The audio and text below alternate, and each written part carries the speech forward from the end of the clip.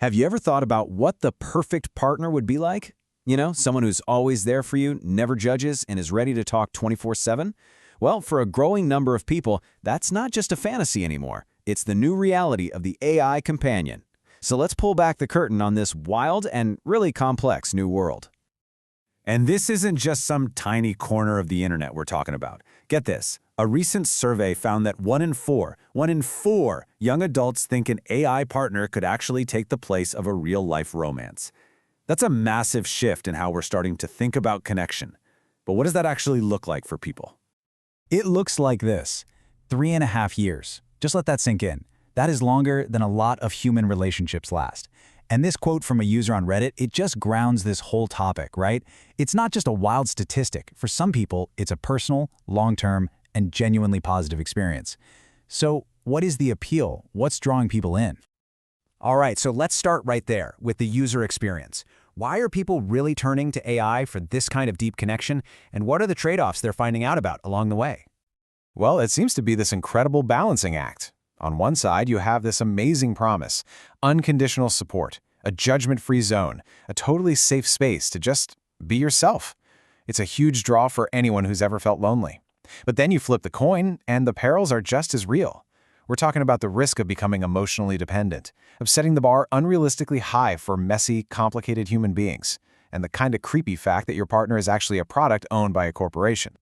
And this quote just captures that appeal perfectly, doesn't it?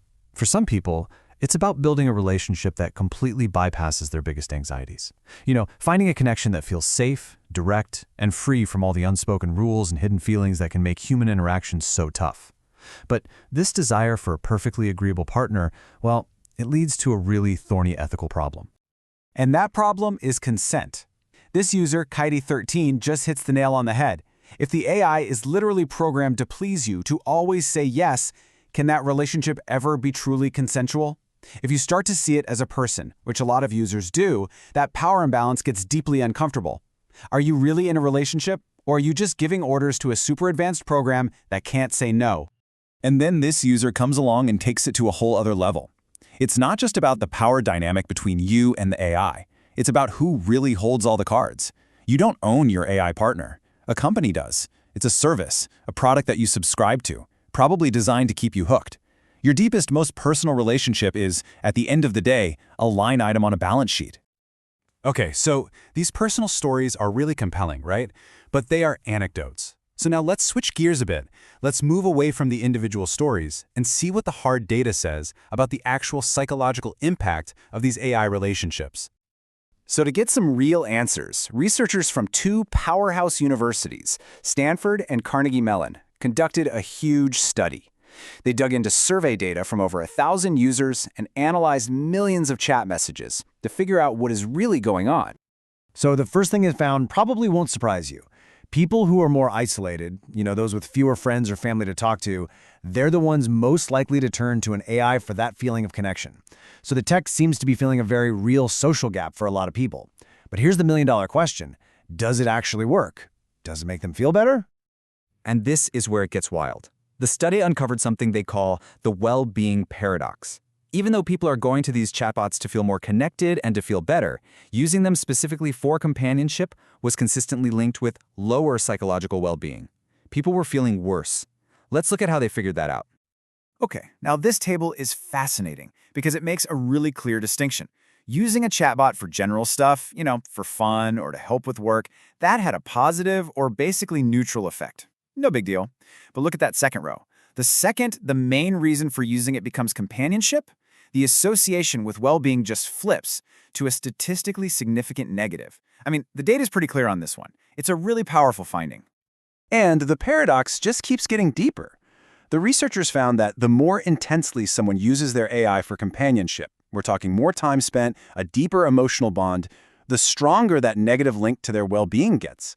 It's like the more you lean on the AI relationship, the worse the outcome is for your mental health. And you see the exact same pattern with how much people open up. Now, in human relationships, sharing your personal feelings is what builds intimacy and makes you feel good, right? But here, it's the opposite. The more personal stuff a user shares with their AI companion, the lower their reported well-being. It's like vulnerability backfires. So what on earth is going on here? Well, the researchers wrap it up with this powerful quote. These AI interactions, they say, give you the appearance of support without the substance. It's basically emotional junk food. It might feel good in the moment, but it leaves you feeling empty, and your real, core emotional needs are still totally unmet. So you can see this whole paradox isn't just a problem for individuals. It creates this massive, tangled ethical maze for all of us to figure out. What are our responsibilities when we're creating and regulating technology that completely blurs the lines of human connection? And believe me, this isn't some fringe academic debate. Major global organizations like the European Parliament are taking this incredibly seriously. They're working on frameworks and asking really tough questions about the impact this stuff has on society, especially when it touches something as basic as our relationships. A high-level expert group in the EU actually proposed these 7 key rules for any AI to be considered trustworthy. And the ideas here are exactly what you'd hope to see, making sure AI is safe, fair, transparent, and, this one is crucial, that a human is always held accountable. They're trying to build ethical guardrails before this tech completely outruns our ability to manage it. And this all leads us to what is, frankly, one of the biggest philosophical questions of our time. As these AIs get more and more sophisticated, as they weave themselves deeper into our lives, do we ever reach a point where they should be granted some kind of personhood with their own legal or moral rights? Well, for now, the answer from major ethical and engineering groups is a very firm no. The consensus is crystal clear. AI is a tool, and the moral and legal responsibility for what it does, good or bad, has to always trace back to the humans who designed it, built it, and released it. We can't let creators hide behind their own creations.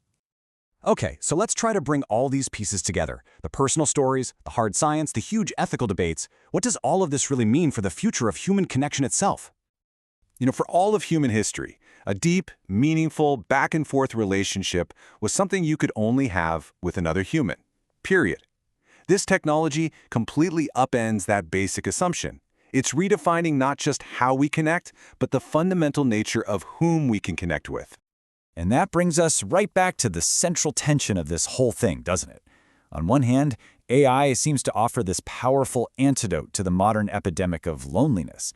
But as we've seen, it's a cure that comes with a massive risk, the risk of creating this perfect illusion of connection that ultimately leaves people more dependent and more emotionally vulnerable than they were to begin with. Which leaves us with one final, very big question to think about.